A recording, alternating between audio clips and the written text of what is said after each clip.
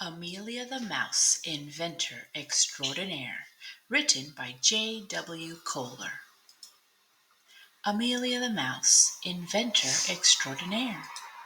This book is dedicated to Gemma, Mia, and Jess. Continue to imagine big and never give up. There once was a little mouse who lived in a little house under a big oak tree. Amelia wasn't a typical mouse, and it wasn't a typical house, for Amelia was an inventor, you see.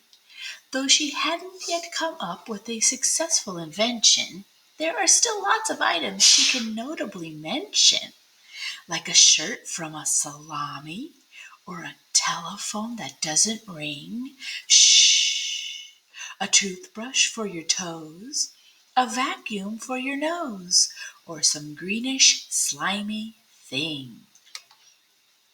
Amelia was full of ideas, and every morning, shortly after she awoke, she would head to her workshop, idea in her head, beginning to prod and poke. An inventor's job was never boring or dull. In fact, it was fun and exciting. Each day Amelia came up with new ideas, like shorts with dimmable lighting. One day Amelia was visited by Winston the rat, who came from a neighboring town. He sported a top hat, wore a greenish cape, and held a cane that was dark brown. "Why, hi there," said Winston. "How do you do? I wonder if you can make me an invention, for I'm in need of some help with my cane. Of course, I will pay, did I mention? At my age I need a cane to walk, but it often gets stuck, you see, in holes, in roots, all sorts of things, when I go to my home in the tree." "I can help," said Amelia, full of excitement, happy to help another creature. She began to think of a brand new cane, one with a built-in rocket feature. "Great," said Winston, full of delight. "I'll be back in a day or two. I'm excited to see what you come up with. Can't wait to see what you do." As soon as he left, Amelia started her project, her head full of thoughts. To the cane she added rocket fuel, a string, and tied two little knots. "Here it goes," she said as she lit the string, and the cane shot into the sky. And then for a moment, as brief as it was, into the air the cane did fly.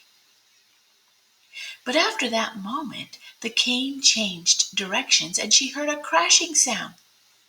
Crash! As the cane broke into 100 pieces, shattering as it hit the ground.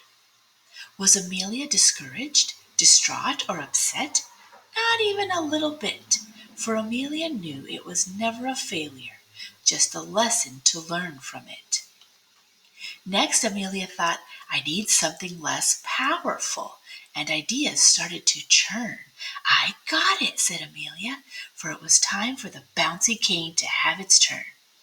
Amelia attached an old mattress spring, and then decided maybe one more. Then she thought, "I'll add another to the cane, and just in case, another 4. It was time. The cane was ready, and Amelia gave it a test. And bounce that cane did do, and the extra springs gave it zest. But maybe she had added just a bit too much spring, maybe a bit too much might, for that cane kept bouncing down the road and soon bounced right out of sight. But was Amelia discouraged, distraught, or upset? Not even a little bit, for Amelia knew it was never a failure, just a lesson to learn from it. "I got it," she thought with excitement in her eyes, and her face grew a giant smirk, for she knew she had the best of ideas and didn't hesitate to get to work. "I did it!" Amelia cried as she held up her proudest invention of all.